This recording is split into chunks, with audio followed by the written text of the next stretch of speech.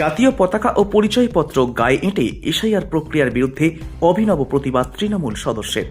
হুগলি জেলার পান্ডুয়ায় শুক্রবার এক অভিনব প্রতিবাদের ছবি উঠে এলো। রাজ্যে চলমান এসআইআর প্রক্রিয়াকে ঘিরে নির্বাচন কমিশনের ভূমিকার প্রতিবাদে জাতীয় পতাকা কাঁধে এবং শরীরে একাধিক পরিচয়পত্র এঁটে হিয়ারিং সেন্টারে হাজির হলেন পান্ডুয়া গ্রাম পঞ্চায়েতের এক তৃণমূল কংগ্রেস সদস্য। প্রসঙ্গত, রাজ্য জুড়ে এসআইআর প্রক্রিয়ার আওতায় যেসব নাগরিকদের নাম, পরিচয় বা পারিবারিক তথ্য নিয়ে জটিলতা রয়েছে তাদের বিভিন্ন হিয়ারিং সেন্টারে ডাকা হয়েছে। হুগলি জেলার বিভিন্ন ব্লকের পাশাপাশি পান্ডুয়াতেও চলছে এই হিয়ারিং প্রক্রিয়া। শুক্রবার পান্ডুয়া সুপার মার্কেট এলাকায় অবস্থিত হিয়ারিং সেন্টারে 6টি গ্রাম পঞ্চায়েতের একাধিক ব্যক্তিকে ডাকা হয়। এই হিয়ারিং সেন্টারে অভিনব প্রতিবাদ কর্মসূচি গ্রহণ করেন পান্ডুয়া গ্রাম পঞ্চায়েতের তৃণমূল কংগ্রেস সদস্য তুহিন কাজী। দেখা যায় তিনি হাতে জাতীয় পতাকা নিয়ে এবং শরীরে নিজের আধার কার্ড, ভোটার কার্ড, 2002 সালের ভোটার লিস্টের কপি, পাশাপাশি তার বাবা ও পরিবারের অন্যান্য সদস্যদের বিভিন্ন পরিচয়পত্র গায়ে এঁটে হিয়ারিং সেন্টারে উপস্থিত হন। এই অভিনব প্রতিবাদের মাধ্যমে তিনি এসআইআর প্রক্রিয়ার নামে সাধারণ মানুষকে বিভ্রান্ত করার অভিযোগ তোলেন। এই কর্মসূচিতে তার সঙ্গে উপস্থিত ছিলেন হুগলি শ্রীরামপুর সাংগঠনিক জেলা তৃণমূল যুব কংগ্রেসের সম্পাদক অনির্বাণ চৌধুরী এবং হুগলি শ্রীরামপুর সাংগঠনিক জেলা তৃণমূল শ্রমিক সংগঠনের সম্পাদক তথা আইনজীবী বিজয় চৌধুরী। তারা সকলে একত্রিত হয়ে নির্বাচন কমিশনের ভূমিকার বিরুদ্ধে প্রতিবাদ জানান।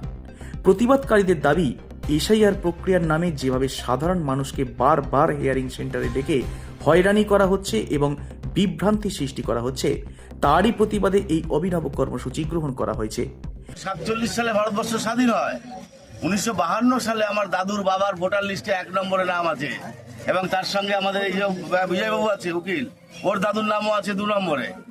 1982 সালে আমার দাদুর নাম আছে, 1992 সালে আমার বাবার নাম আছে, 2002 সালে আমার নাম আছে। আজকে আপনি হিয়ারিং এসেছেন? আমি হিয়ারিং এসেছি, আমাকে হিয়ারিং এ পাঠানো হয়েছে। আর এগুলো কি ঝুলিয়েছেন? এগুলো হচ্ছে ডকুমেন্টস। আমার যে ডকুমেন্টস সব আমি নিয়ে এসেছি, সঙ্গে আমি ভারতীয় সেই জাতীয় পতাকাটা নিয়ে এসেছি। তার হচ্ছে বিজেপির মানুষেরা এবং হচ্ছে নির্বাচন কমিশন যারা ভারতীয় পতাকায় মর্যাদা দিচ্ছে না, আমি সেই মর্যাদাটাকে মাথায় তুলে রাখতে চাই। জাতীয় পতাকা এবং সহ আমার সমস্ত ডকুমেন্টস আমি নিয়ে আসি। ডকুমেন্টস কি নিয়ে এসেছেন এখানে? আমার 2002 সালে আমার ভোটার লিস্ট, আমার আধার কার্ড, ভোটার কার্ড, আমার বাবার আধার কার্ড, ভোটার কার্ড এবং হচ্ছে 2052 সালের যে লিস্ট, সেই লিস্টটা তুলে নিয়ে এসেছি। প্রতিবাদ বলতে এটা নির্বাচন কমিশনের বিরুদ্ধে চরম প্রতিবাদ বা তীব্র প্রতিবাদ। নির্বাচন কমিশন যেভাবে, আজকে আমার জেঠিমার হিয়ারিং ছিল, আমার জেঠিমার বয়স 84 বছর, তাকে আজকে হিয়ারিং আনতে হয়েছে আমাদের। এবং আমি একজন পঞ্চায়েত মেম্বার, আমি আমার বুথের সমস্ত যে সমস্ত আমাদের যে ছোট ভাইরা আছে, অনির্বাণ আছে আমাদের। আপনি কোন পঞ্চায়েতের মেম্বার? আমি পান্ডুয়া পঞ্চায়েতের মেম্বার। মানে এটা আমার খুব লজ্জিত আমি এবং খুব বেছে বেছে ফর্ম 7 জমা করিয়ে, বিজেপির নেত্রী ফর্ম 7 জমা করিয়ে বেছে বেছে তৃণমূলের লোকেদের আজকে হিয়ারিং এসছে। এটা লজ্জা। এই দিন হিয়ারিং সেন্টারে উপস্থিত হন হুগলি জেলা তৃণমূল কংগ্রেসের সাধারণ সম্পাদক সঞ্জয় ঘোষ। তিনি অভিযোগ করে বলেন, হিয়ারিং সম্পন্ন হওয়ার পর সংশ্লিষ্ট ব্যক্তিদের কোনো রিসিভ বা প্রাপ্তির স্বীকারপত্র দেওয়া হচ্ছে না। এই বিষয়টি নিয়ে নির্বাচন কমিশনের আধিকারিকদের সঙ্গে সঞ্জয় ঘোষ ও অন্যান্য তৃণমূল নেতৃত্বের বাকবিতণ্ডা হতেও দেখা যায়, যা মুহূর্তেই পরিস্থিতিকে কিছুটা উত্তপ্ত করে তোলে। সমগ্র ঘটনাকে ঘিরে পান্ডুয়ায় রাজনৈতিক মহলে ব্যাপক চর্চা শুরু হয়েছে। ঘটনাস্থলে উপস্থিত পান্ডুয়া থানার পুলিশ।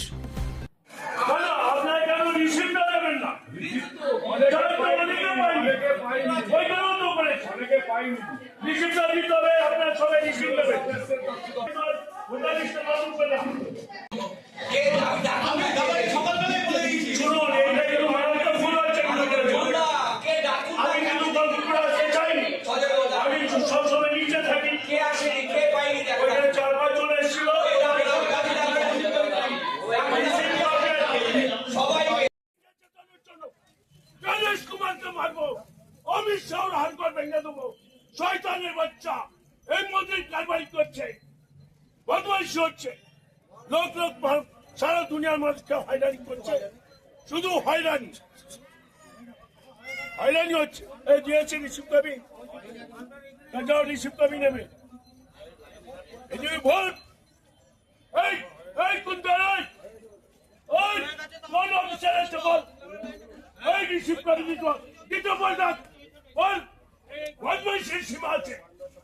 বিজেপির দালালি, বিজেপি অমিত শাহ দালালি। দালালি, নরেন্দ্র মোদীর দালালি, গণেশ কুমারের হারকোট ভেঙে দেব, বদমাইশির সীমা আছে একটা।